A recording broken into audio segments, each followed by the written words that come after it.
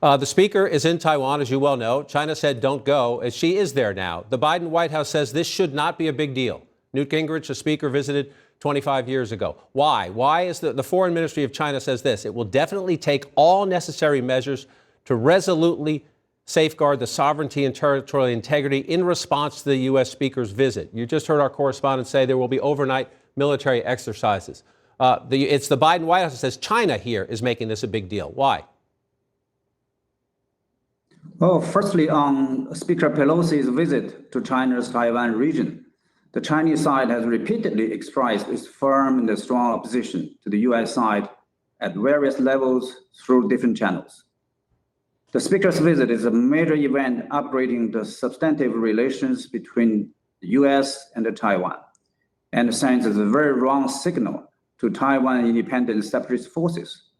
It is a serious violation of the One China principle and the provisions in the 3 Sino-U.S. joint communiques.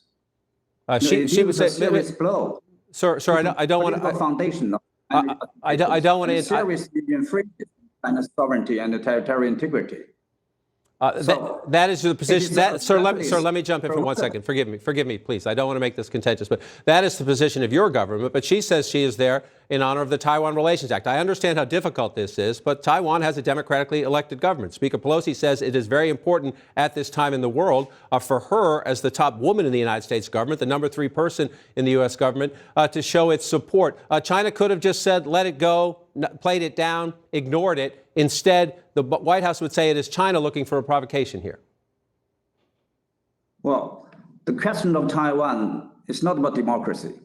It's about China's national sovereignty and the territorial integrity.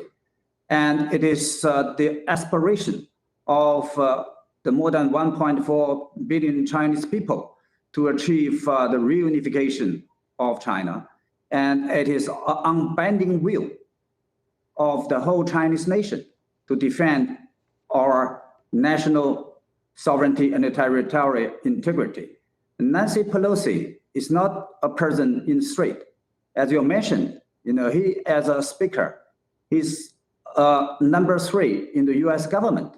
So her visit, in whatever form, at whatever time during his tenure, carries high political sensitivities, and it will result in the escalation of the tension across Taiwan Strait and escalation of the tension in the U.S.-China relations. So we firmly and strongly condemn and protest against it. And you mentioned that this is not the first time of the speaker's visit to China, to Taiwan. Let me say this: 25 years ago, Speaker Gingrich visited Taiwan. It was completely wrong. The Chinese side was firmly opposed to it from the start. The U.S. side should draw lessons from it instead of making repeated mistakes. And one mistake cannot justify the following mistakes in the same nature. Well, Speaker Pelosi says that you have to look around the world, and she sees Russia's invasion of Ukraine. She sees China violating its agreement with Hong Kong about the one government, two systems. And she says, therefore, it is extra more important at this point for the United States to publicly make clear it stands with the people of Taiwan and its democratically elected government. Your government objects. You just condemned it. What will it do about it is the big question. Are these military exercises designed to frighten Taiwan? Will there be a break in relations, any sanctions? What would happen in the U.S.-Chinese relationship? Well, people should not confuse the question of Taiwan with the Ukrainian conflict. And on the question of Taiwan, it concerns China's core interest. And some people here in the United States, on the issue of Ukraine, they emphasized national sovereignty and territorial integrity. But why they do whatever they want to damage China's core interest, infringe China's national sovereignty, territorial integrity. This is a play of a double standards. So we firmly reject that. And China has every right to defend its sovereignty and territorial integrity we are fully justified to do what we must.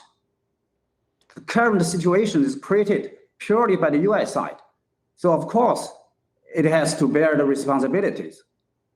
People can have different opinions about who's responsible for the moment. We are at this moment.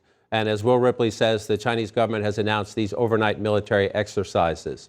Again, that is a risk of a miscalculation and a provocation. Is it not? Is the government of China, President Xi Jinping, is he so determined to get Taiwan that if necessary, he will take it by force?